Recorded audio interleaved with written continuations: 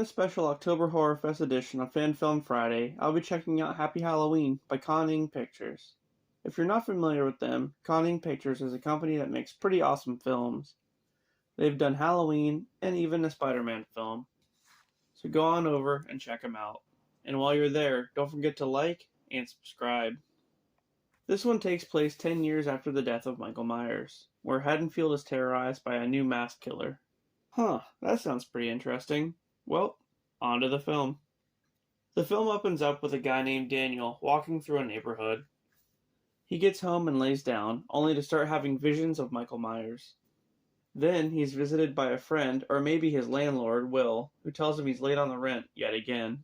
So, is Daniel living in Will's house? Because there's clearly a drawing of Will on the wall behind him.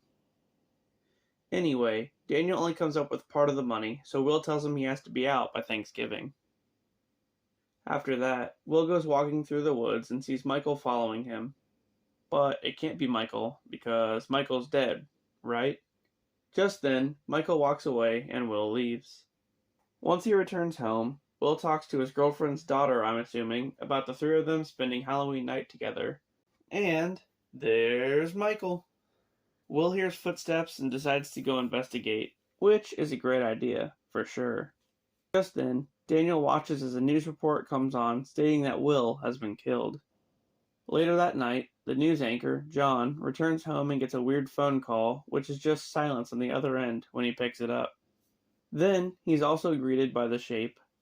John thinks it's his wife or his girlfriend trying to scare him, but it's not. So the Shape kills John and then just stands there.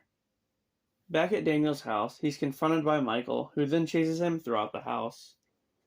But luckily, Daniel hides and Michael moves on to another guy named Greg.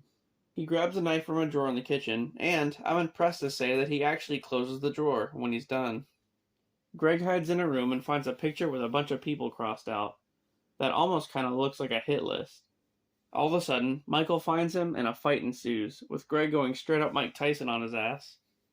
Michael stabs him and then Greg throws them both down the stairs. As Greg crawls away, Michael gets up and follows him. Then, out of nowhere,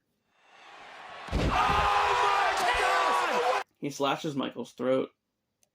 Michael struggles for a bit and then eventually dies. And Greg leaves to head down the street. The end.